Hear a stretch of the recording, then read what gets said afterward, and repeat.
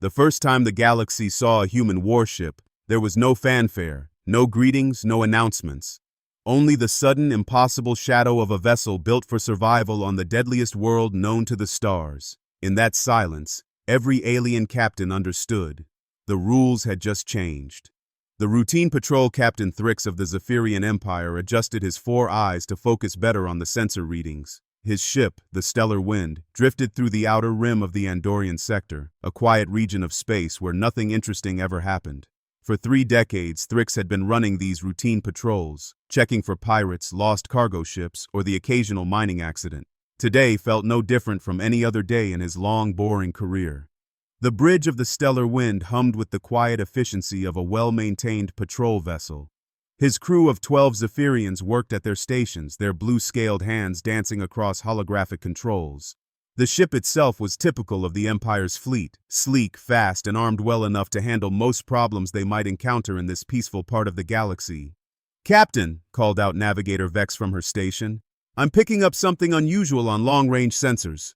Her voice carried a note of curiosity that made Thrix's antenna twitch with interest. After 30 years of empty space and routine reports, unusual was exactly what his career needed. "Define unusual," Thrix replied, standing from his command chair and walking over to the navigation console. Vex was one of his best officers, and she didn't call things unusual unless they truly were. "There's a ship, sir, about 2 light hours from our current position. It's just sitting there, not moving, not responding to any communication attempts." Vex manipulated the holographic display, zooming in on a distant contact. "The strange thing is, I can't identify its design. It doesn't match any ship configuration in our databases." Thrix studied the readout carefully. In a galaxy where hundreds of species traveled the stars, ship designs followed certain basic principles: engines in the back, crew quarters in the middle, sensors and weapons distributed logically throughout the hull. This ship, however, looked different. It was long and angular, with lines that seemed both elegant and somehow threatening. "How big is it?" he asked, though part of him wasn't sure he wanted to know the answer. "That's the other strange thing, sir. It's massive, at least 3 times the size of our largest battleships, possibly bigger, but I'm reading almost no energy signature from it. If I didn't know better, I'd say it was completely dead." Thrix felt a chill run down his spine. In his experience, ships that big didn't just die quietly in empty space. They either exploded in spectacular fashion or sent out distress calls that could be heard halfway across the sector. A ship this size sitting silent in the void was like finding a sleeping dragon. You never knew when it might wake up. "Any life signs?" he asked, hoping the answer would be no. "Negative, sir, but our sensors can't penetrate very deep into the hull. There could be life aboard, and we'd never know it." Thrix considered his options. Standard protocol called for him to report the discovery to Fleet Command and wait for instructions. But that could take days, and by then, whoever had built this ship might have come back for it. On the other hand, investigating it himself could be extremely dangerous. "Set course for the unknown vessel," he decided, "but keep our weapons ready and maintain maximum sensor sweep. I want to know if so much as a single bolt comes loose on that ship." The approach. The journey to the mysterious vessel took 6 hours at maximum speed. As they drew closer, the ship became more imposing with each passing minute. The hull was a dark metallic color that seemed to absorb light rather than reflect it. Strange geometric patterns covered its surface, and what looked like weapon ports dotted the hull in arrangements that hurt to look at for too long. "Captain," Science Officer Krell called out, his voice tight with concern, "I'm reading some very unusual materials in that hull composition. Some of these elements don't exist in our periodic table. How is that possible?" "Unknown elements?" Thrix moved to the science station, studying the readings that scrolled across Krell's screen. "Are you certain your instruments are working correctly?"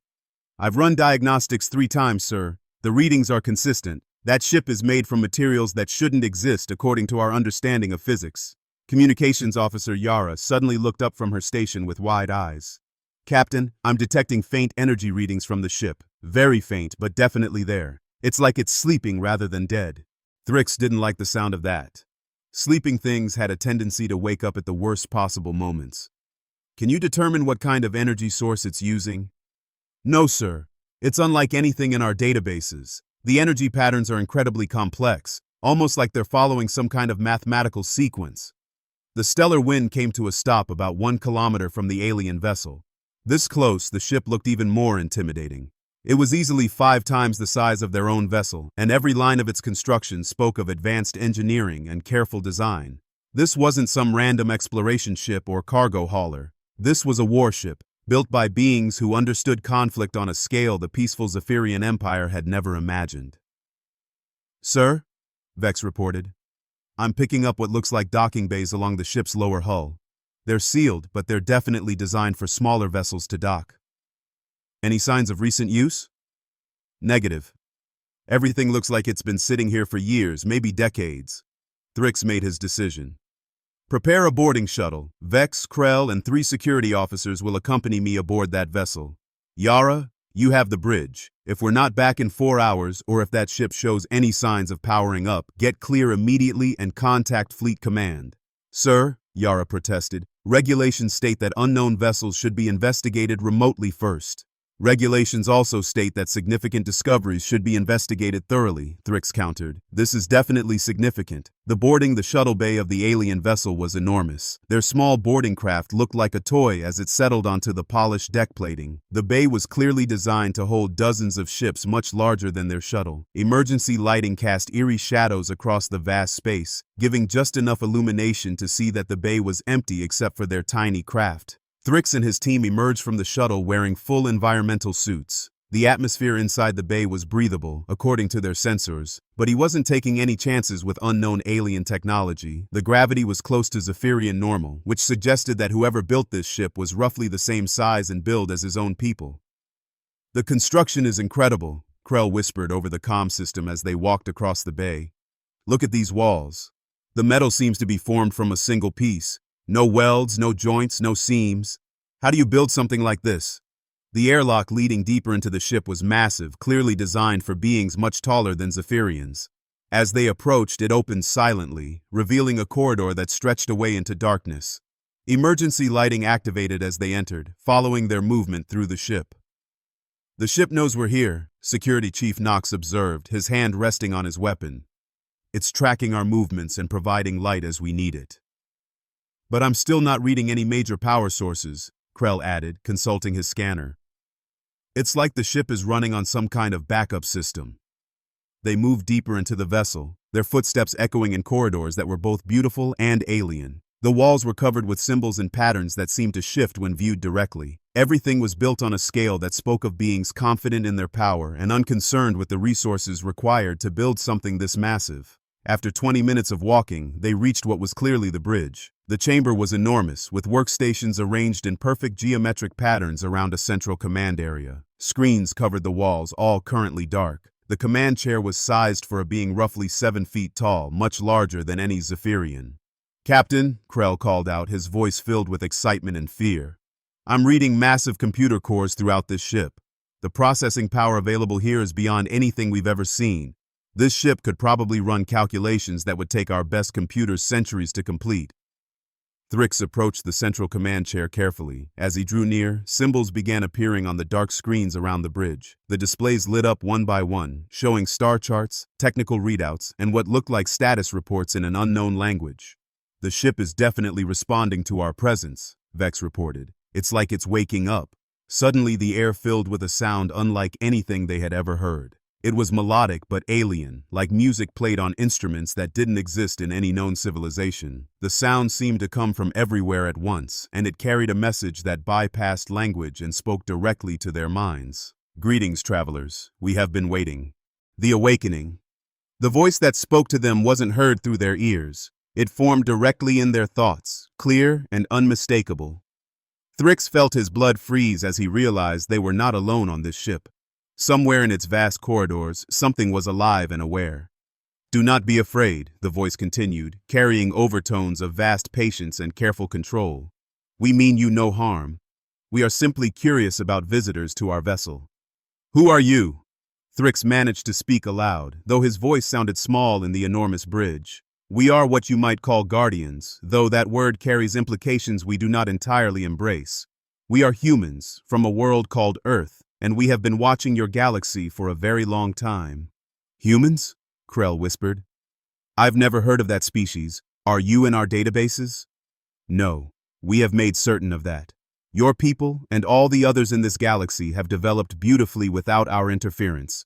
You have built a civilization based on trade, diplomacy, and peaceful coexistence. It is admirable and rare. One of the large screens activated, showing images that made the boarding party gasp in amazement. They saw fleets of ships like the one they stood in, but these vessels moved through space at impossible speeds. They saw planets covered with cities that gleamed like jewels. They saw beings that looked remarkably like tall, pale Zephyrians, but with only 2 eyes and hair covering their heads. Earth is very far from here, the voice explained as the images continued.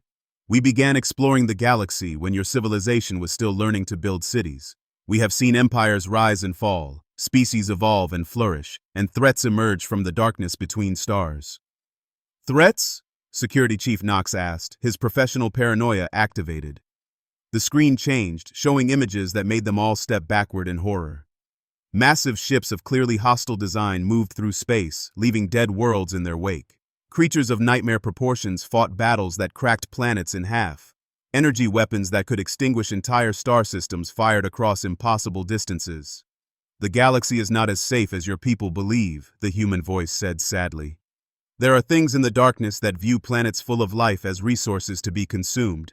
Your Zephyrian Empire, the Traitors Alliance, the Crystal Federation, all the peaceful civilizations of this galaxy exist because we have been ensuring that these threats never reach you. Thrix found his voice again, though it came out as barely more than a whisper. You've been protecting us? For how long? For 800 of your years.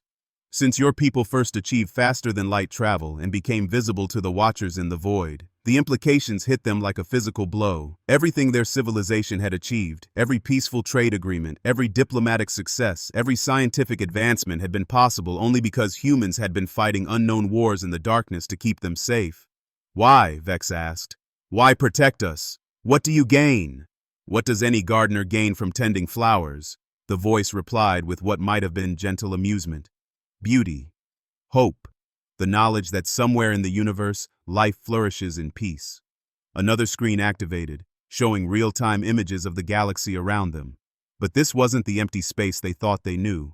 The display revealed dozens of human ships patrolling the outer rim, defending against threats that the galactic civilizations had never even suspected existed. We have remained hidden because contact changes civilizations, usually not for the better. Species that know they are protected often become dependent, losing the drive to grow and develop on their own. We wanted you to become strong and wise on your own terms. Then why reveal yourselves now? Thrix asked. The screens went dark for a moment before displaying something that made them all feel cold. A massive fleet of alien ships, clearly hostile, moving through deep space toward their galaxy. The ships were enormous, each one the size of a small moon, and there were hundreds of them. Because the time for hiding is ending. A threat is approaching that will require all of us working together to survive. We can no longer protect you from the shadows. The galaxy must learn to defend itself. Thrix looked around at his team and saw his own fear reflected in their faces. They had come aboard the ship expecting to find an abandoned derelict. Instead, they had discovered that their entire understanding of the galaxy was wrong. What do you want from us? He asked. Nothing that you are not willing to give, the voice replied. But we hope you will carry a message to your leaders. Tell them that humanity offers friendship and alliance. Tell them that the galaxy must prepare for war, and tell them that they are not alone. The ship around them hummed with sudden power as systems that had been dormant for decades came fully online. Through the bridge windows, they could see space itself bending around the vessel as it prepared to move. We will escort your ship back to Zephyrian space, the voice announced. Your leaders must be informed of what is coming. Time is running short, and there is much work to be done. As the stellar wind began its journey home, followed by the massive human warship, Thrix realized that this day had changed everything. The galaxy they thought they knew was gone, replaced by something larger, more dangerous, and filled with possibilities they had never imagined. Behind them, more human ships began to decloak, revealing themselves for the first time in centuries. The age of hidden guardians was ending, and the age of open alliance was about to begin. The Emergency Council. The Grand Assembly Hall of the Galactic Council had never seen such urgent activity. Representatives from 12 major civilizations filled the massive chamber, their voices creating a cacophony of concern and disbelief. At the center of it all sat Captain Thrix, still shaken from his encounter with the human vessel 3 days earlier. Chancellor Mordian of the Traders Alliance stood at the podium, his 8 arms gesturing dramatically as he addressed the assembly. His species, the Corvani, were natural diplomats, but even his considerable skills were being tested by the magnitude of what they had learned. Honored delegates, Mordian's voice boomed through the translation systems. We are gathered here to discuss Captain Thritz's report. If his account is accurate, everything we believed about our galaxy is fundamentally wrong. Senator Lyra of the Crystal Federation rose from her seat, her crystalline body refracting the chamber's lights into rainbow patterns. With respect, Chancellor, we need more than one captain's word to accept such extraordinary claims. Hidden human fleets, secret wars, unknown threats, it sounds like the plot of a children's adventure story. Murmurs of agreement rippled through the assembly. Admiral Korex of the Zephyrian Empire stood to defend his officer. Captain Thritz has served with distinction for 30 years. His crew corroborates every detail of his report. The sensor logs from his ship confirm the existence of technology far beyond our current capabilities. Sensor logs can be falsified, countered Representative Vorth of the Mining Consortium, his mechanical voice grinding through the speakers. We need concrete proof before we commit to any drastic action. Chancellor Mordian raised 4 of his arms for silence, which is why we have decided to send a diplomatic mission to make direct contact with these alleged humans. Admiral Zorith will lead a fleet of observation vessels to the coordinates where Captain Thritz encountered the unknown ship. Admiral Zorith of the peacekeeping forces nodded grimly. She was a Valdorian, a species known for their tactical brilliance and unshakable courage. If anyone could handle first contact with a potentially superior civilization, it was her. The mission will be strictly peaceful, Zorith announced. We go to learn, not to threaten. If these humans are real, and if they have truly been protecting us, we owe them at least the courtesy of proper communication. 3 hours later, a fleet of 7 ships departed from the Council's central station. Each vessel represented a different member civilization, chosen to show the diversity and unity of galactic society. They carried the galaxy's finest diplomats, scientists, and military observers. Captain Thritz accompanied the fleet aboard his own ship, serving as guide to the location where he had first encountered the human vessel. As they approached the coordinates, tension filled every bridge in the fleet. The Welcome Committee. The human ship was waiting for them exactly where Thritz had said it would be. But it was not alone. As the Council fleet dropped out of hyperspace, their sensors detected 6 additional vessels arranged in a perfect formation around the original ship. Each human vessel was unique in design, but all shared the same sense of controlled power that had so impressed Thritz's crew. Incoming transmission, reported Communications Officer Talak aboard Admiral Zorith's flagship. It's on all frequencies simultaneously, and the translation is perfect. They're speaking directly in each of our native languages. Admiral Zorith straightened in her command chair. Put it through. The voice that filled the bridge was warm, confident, and unmistakably female. Greetings, Admiral Zorith and representatives of the Galactic Council. I am Commander Sarah Martinez of the Earth Defense Fleet. We have been expecting you. Commander Martinez, Zorith replied carefully. We come in peace, seeking understanding between our peoples. Of course you do, Martinez replied with what sounded like gentle amusement. Your species are natural peacemakers. It's one of the reasons we have worked so hard to protect you.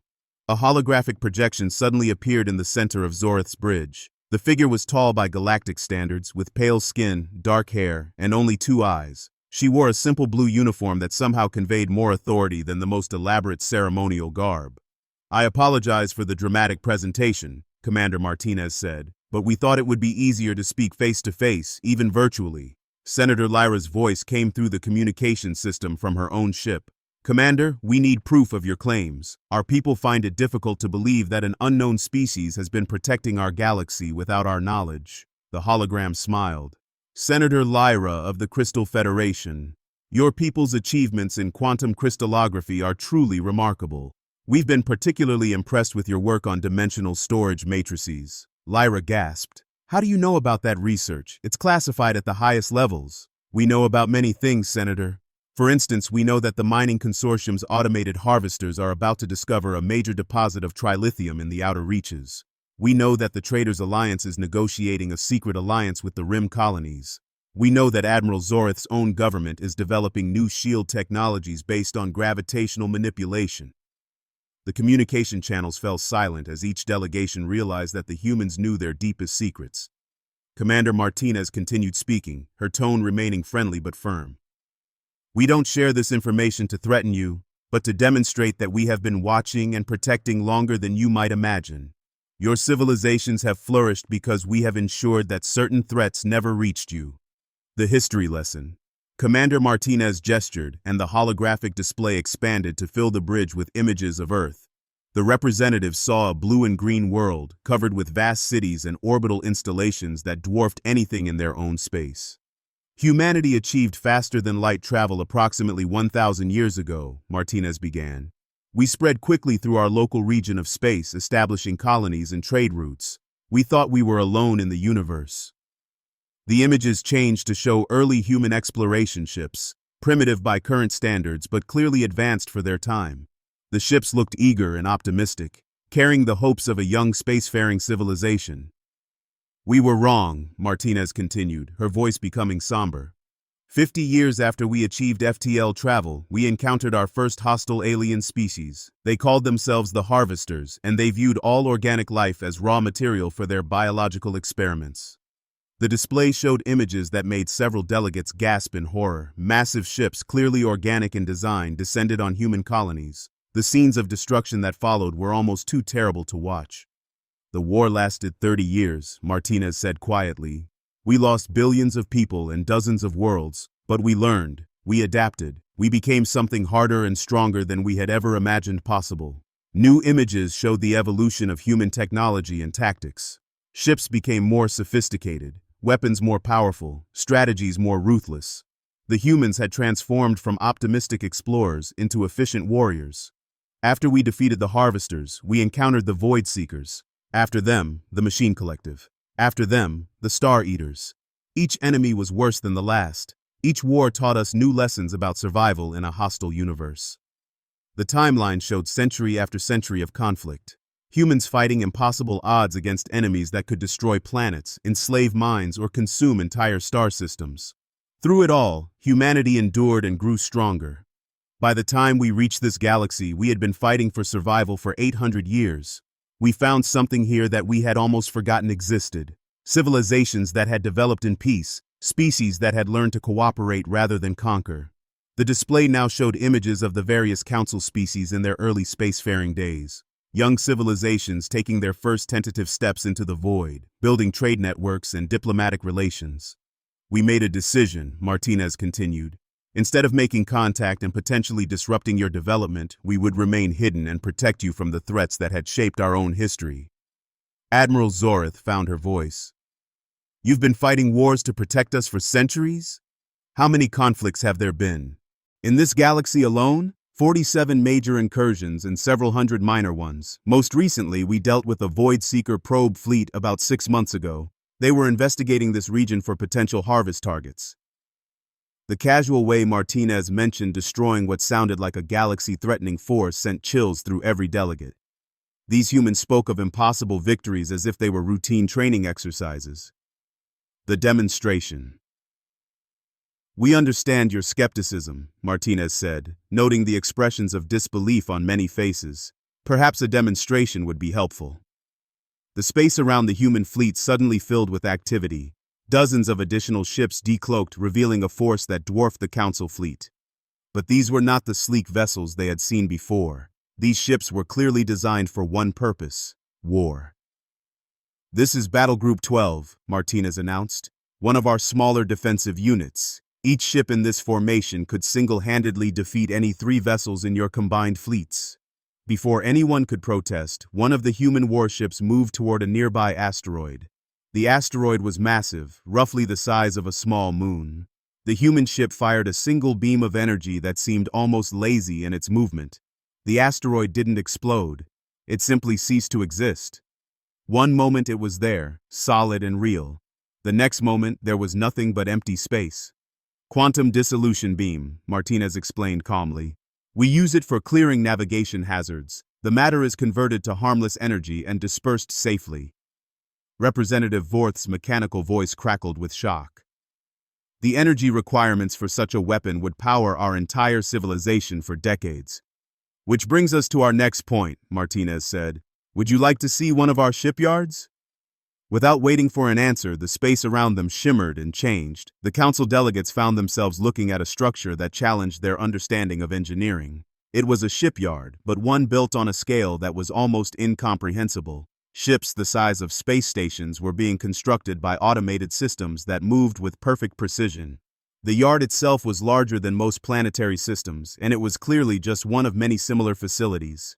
"This is Shipyard Complex 17, Martinez said. "We maintain 43 such facilities in various galaxies. Each one can produce approximately 100 vessels per year, ranging from exploration ships to dreadnought battleships." Senator Lyra's crystalline form was flickering with stress patterns. "How many ships do you have?" "Active fleet strength is currently approximately 50,000 vessels of various classes. We also maintain reserve fleets and automated defense platforms throughout multiple galaxies." The numbers were staggering. The entire Galactic Council maintained a combined peacekeeping force of fewer than 1,000 ships. The humans had a fleet 50 times larger than everything the galaxy could muster. "Don't let the numbers concern you," Martinez said gently. "We have no interest in conquest or control. Our purpose is protection, nothing more. The real threat." The display changed again, showing images that made the previous demonstrations pale in comparison. A wave of darkness was moving through deep space, consuming everything in its path. Stars winked out as it passed. Entire galaxies went dark. "This is why we are revealing ourselves now," Martinez said, her voice becoming grim. "The entropy swarm has awakened from its million-year dormancy. It's moving through the intergalactic void, consuming everything in its path to fuel its reproduction cycle." The delegates watched in horror as the simulation showed the swarm's projected path. It would reach their galaxy in approximately 30 years. Previous encounters with the entropy swarm have required the combined forces of multiple galaxies to repel, Martinez continued. "This time we estimate that we will need every available ship and every possible ally to have a chance of victory." Admiral Zorith leaned forward in her chair. "What exactly are you asking of us?" "We're asking you to grow up," Martinez replied bluntly. "Your civilizations have had the luxury of developing in peace, but that time is ending. We need you to transform from traders and diplomats into defenders. We need you to build ships capable of real combat. We need you to prepare your people for a war unlike anything they have ever imagined." The communication channels buzzed with worried conversations as the delegates tried to process what they had learned. Chancellor Mordian's voice cut through the chatter. "Commander Martinez, assuming we agree to this alliance, what would you provide in return?" "Everything," Martinez replied without hesitation. "Our technology, our knowledge, our experience. We'll help you build the ships you need and train the crews to operate them. We'll share defensive strategies developed over centuries of warfare. Most importantly, we'll fight alongside you when the time comes." The hologram gestured, and new images appeared showing human and alien ships fighting side by side against impossible odds. The battles were fierce and costly, but the combined fleets were winning. "This is what we're offering," Martinez said. "A true partnership between our peoples. You provide the courage and determination that made your civilizations great. We provide the tools and knowledge to make that courage effective against the threats you'll face." Admiral Zorith stood from her command chair. "Commander, I need to return to the Council with this information. But I want you to know that I personally believe this alliance is not just beneficial but necessary." "We understand, Admiral. Take all the time you need to deliberate. But remember, 30 years may sound like a long time, but preparing for a war of this magnitude will require every day we have." As the Council fleet prepared to return home, Commander Martinez's hologram flickered one last time. "Admiral Zorith, there's one more thing you should know. Humanity has been alone in this fight for a very long time. The chance to stand with allies instead of protecting them from the shadows, it means more to us than you might imagine." The transmission ended, leaving the Council delegates to contemplate a future that was both terrifying and filled with unprecedented possibility. The galaxy would never be the same. The Great Transformation. 5 years had passed since the Galactic Council's first contact with humanity. The galaxy was no longer recognizable as the peaceful collection of trading civilizations it had once been. Massive shipyards orbited every major world, their construction bays working around the clock to produce vessels of war. The gentle hum of commerce had been replaced by the urgent rhythm of preparation. Admiral Zorith stood on the observation deck of the new Joint Command Station, watching as the latest graduating class of pilots performed their final exercises. Ships that would have been considered impossible just years before danced through complex maneuvers, their hybrid human-alien technology making them faster and deadlier than anything the galaxy had ever seen. "The progress is remarkable," said a familiar voice behind her. Zorith turned to see Commander Martinez approaching, looking exactly as she had during their first meeting 5 years ago. Human medical technology, it turned out, was as advanced as everything else they possessed. Your people are natural warriors, Martinez continued, joining Zorith at the observation window. It took us decades to develop the tactical instincts that your pilots have learned in months. Zorith nodded, watching as a formation of Corvani fighters executed a perfect attack run against holographic targets. The Corvani have surprised everyone the most. Who would have thought that natural diplomats would make such excellent combat pilots? Diplomacy and warfare have more in common than most people realize, Martinez replied. Both require reading your opponent, predicting their moves, and responding faster than they expect. The transformation had not been easy for any of the galactic civilizations. The Crystal Federation had struggled most with the concept of violence, their crystalline nature making them naturally peaceful. But when human engineers showed them how to weaponize their quantum crystallography research, they had become producers of the most advanced shield systems in the combined fleet. The mining consortium had adapted most quickly, their pragmatic nature making them excellent at producing the massive quantities of materials needed for the war effort. Their automated systems, enhanced with human artificial intelligence, now operated refineries and factories throughout the galaxy. How are the Zephyrians adapting to the new command protocols? Martinez asked. Better than expected, Zorith replied. Captain Thrix has become one of our finest squadron leaders. His experience with First Contact has given him insights into human tactical thinking that few others possess. Below them, a mixed squadron of human and alien ships began a joint training exercise. The sight still amazed Zorith. Human vessels moved with lethal precision while alien ships added their own unique capabilities to the formation. Zephyrian ships with enhanced sensors, Crystal Federation vessels with nearly impenetrable shields, and Corvani fighters with unmatched maneuverability. The integration protocols are working better than we hoped, Martinez observed. Your people bring perspectives to warfare that we never considered. The humans spent so long fighting alone that we developed rigid tactical doctrines. Your civilizations are teaching us flexibility. The first test. The alert klaxons began sounding throughout the command station just as Zorith and Martinez were reviewing the morning's training reports. Within minutes, both commanders were in the Central Operations Center, surrounded by holographic displays showing the outer rim of the galaxy. Report, Zorith commanded as she took her position at the tactical console. Lieutenant Kex of the Zephyrian Sensor Corps looked up from his station with barely controlled excitement. Admiral, we're detecting a large fleet movement on the galactic rim. Multiple contacts, unknown configuration, moving toward inhabited systems. Martinez moved to her own console, her fingers dancing across controls that interfaced directly with human sensor networks. It's not the main swarm, she announced after a moment. This is a Void Seeker reconnaissance force. They're probing our defenses, testing our response capabilities. The main display lit up with a tactical overview of the situation. Dozens of dark ships were moving through the outer systems, each one the size of a major space station. Their movement patterns were clearly intelligent and purposeful. How many ships are we looking at? Admiral Korex asked from his position at the Zephyrian command station. 43 capital ships and approximately 200 support vessels, Martinez replied. Under the old paradigm, humanity would have dealt with this threat quietly and alone, but those days are over. Zorith felt a surge of both fear and excitement. This would be the first real test of the integrated defense fleet. Everything they had worked for over the past 5 years would be proven or found wanting in the coming battle. All fleet commanders, this is Admiral Zorith, she announced over the communication system. We are implementing Defense Protocol 7. All available ships are to converge on coordinates being transmitted now. The response was immediate and overwhelming. From shipyards throughout the galaxy, vessels launched in massive formations. The combined fleet that assembled at the rally point was a sight that would have been impossible just years before. Captain Thrix commanded a squadron of advanced Zephyrian destroyers, their hulls gleaming with new armor plating and weapon systems. Senator Lyra led a formation of Crystal Federation shield ships, their crystalline structures refracting starlight into dazzling patterns. Representative Vorth commanded a wing of consortium heavy cruisers, their hulls studded with mining lasers converted into devastating weapons of war, and alongside them moved the ships of humanity, sleek predators that had been refined by centuries of conflict. The combined fleet numbered over 1,000 vessels, representing the largest military force the galaxy had ever assembled. Fleet composition is optimal, Martinez reported. We have long-range fire support, close combat vessels, electronic warfare platforms, and mobile command units. This is exactly the kind of integrated force we hope to create. The battle. The Void Seeker fleet was advancing through the Meridian system when the combined galactic force arrived.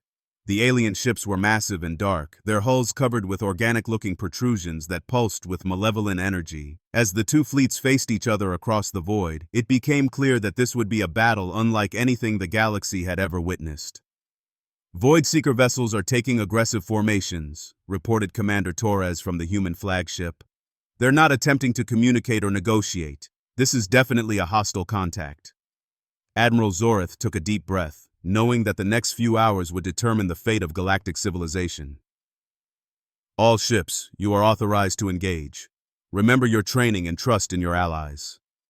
The battle began with a barrage of long-range fire from both fleets. Human quantum torpedoes streaked across the void alongside consortium mining beams and Crystal Federation energy pulses. The space between the fleets lit up with explosions and energy discharges that could be seen from nearby planets. The Void Seekers responded with weapons that defied understanding. Dark energy beams that seemed to absorb light reached out toward the galactic fleet, while swarms of smaller creatures launched from the larger ships like living missiles.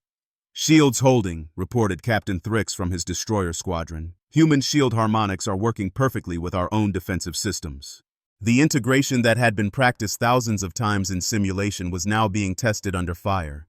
Zephyrian ships used their superior sensors to guide Crystal Federation shield vessels into optimal positions. Corvani fighters used their natural diplomatic instincts to coordinate complex attack patterns between species that had never fought together before. "Void Seeker flagship is concentrating fire on the command ship," Martinez announced calmly. "Recommend we demonstrate the effectiveness of our new combined tactics." Zorith nodded and opened a channel to the entire fleet. "All vessels, implement formation Delta 7. Let's show these invaders what unity can accomplish." The response was immediate and beautiful. Human ships moved into precise attack positions while alien vessels provided support and cover. Crystal Federation shields formed protective barriers while consortium heavy weapons targeted the largest enemy vessels. Zephyrian destroyers used their speed and sensors to coordinate the entire assault. The attack that followed was devastating in its effectiveness. Concentrated fire from over 100 ships focused on the Void Seeker flagship, overwhelming its defenses in seconds. The massive alien vessel began to break apart, its organic hull splitting along seams that leaked dark energy into space. "Enemy flagship is down," reported Lieutenant Kex. "Remaining Void Seeker vessels are retreating toward the galactic rim." But the victory was not without cost. 17 ships from the galactic fleet had been destroyed or severely damaged. The survivors limped back to base, their crews shaken but victorious. The new alliance, the aftermath of the battle, brought changes that rippled throughout galactic society. The successful defense against the Void Seekers proved that the alliance between humanity and the galactic civilizations was not just possible, but essential for survival. In the weeks following the victory, representatives from every major civilization gathered at the new joint headquarters to formalize their partnership. The ceremony was broadcast throughout the galaxy, showing beings from dozens of worlds standing together in common purpose. Chancellor Mordian, now wearing the modified robes that had become standard for galactic officials, addressed the assembled delegates. "Today marks the beginning of a new era in our galaxy's history. We are no longer separate civilizations pursuing our own interests. We are allies, united in the defense of all life." Commander Martinez stepped forward to speak for humanity. "For too long my people fought alone in the darkness between stars. Today we stand with friends who share our commitment to protecting the innocent and preserving the light of civilization." The formal signing of the Galactic Defense Pact was witnessed by billions of beings throughout the galaxy. The treaty established joint command structures, shared technology protocols, and mutual defense agreements that bound all member civilizations together. But perhaps most importantly, it established the principle that no civilization would face the darkness alone. Preparing for the storm. The victory against the Void Seekers was only the beginning. Deep space monitoring stations established throughout the galactic rim continued to detect signs of the approaching entropy swarm. The main threat was still decades away, but its advanced scouts were already probing the defenses of nearby galaxies. Admiral Zorith stood in the same observation deck where she had watched the first training exercises 5 years earlier. Now, the view showed construction on a scale that dwarfed even human engineering projects. Massive defense platforms orbited every star system. Automated shipyards produced new vessels around the clock. Scientific research stations developed weapons and defensive systems that pushed the boundaries of known physics. "The transformation is complete," Martinez said, joining her at the window. Your people have become everything we hoped they could be. And your people have gained something they thought they had lost, Zorith replied. The hope that comes from fighting alongside allies instead of carrying the burden alone. Below them, a new class of ships was being tested. These vessels combined the best of human engineering with innovations from every galactic civilization. They were faster than pure human ships, more resilient than traditional alien vessels, and capable of tactics that neither culture could have developed alone. Captain Thrix commanded one of the test vessels, his crew a perfect mix of humans and aliens working together with seamless efficiency. The sight filled Zorith with pride and hope for the future. The entropy swarm will find us ready, she said with quiet confidence. Yes, Martinez agreed. And when that battle comes, we'll face it not as separate species, but as one people united in purpose. The stars continued to shine overhead, their light now protected by an alliance that spanned the galaxy. The age of hidden guardians was over. The age of united defenders had begun. Epilogue: A New Dawn. 25 years after first contact, the galaxy had become something unprecedented in the known universe. Where once there had been separate civilizations pursuing their own interests, there was now a unified culture that celebrated diversity while working toward common goals. Children of all species learned together in integrated schools, studying both the peaceful arts their ancestors had perfected and the warrior skills their survival now demanded. Zephyrian youngsters learned human tactical analysis alongside Corvani diplomatic protocols. Crystal Federation students studied quantum physics with human military engineers.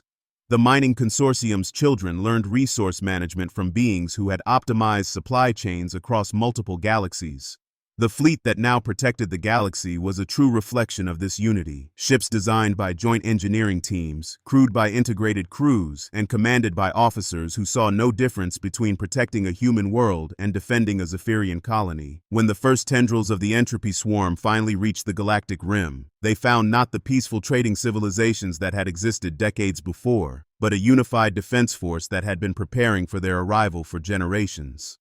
The battle that followed would be remembered as the greatest victory in galactic history, not because it was won without cost, but because it was won together. Humanity had finally found the allies they had dreamed of, and the galaxy had discovered that peace was not the absence of conflict, but the presence of those willing to fight for what they loved. The stars continued to shine, their light now protected by guardians who had chosen to stand together against the darkness. The galaxy had awakened, and it would never sleep again.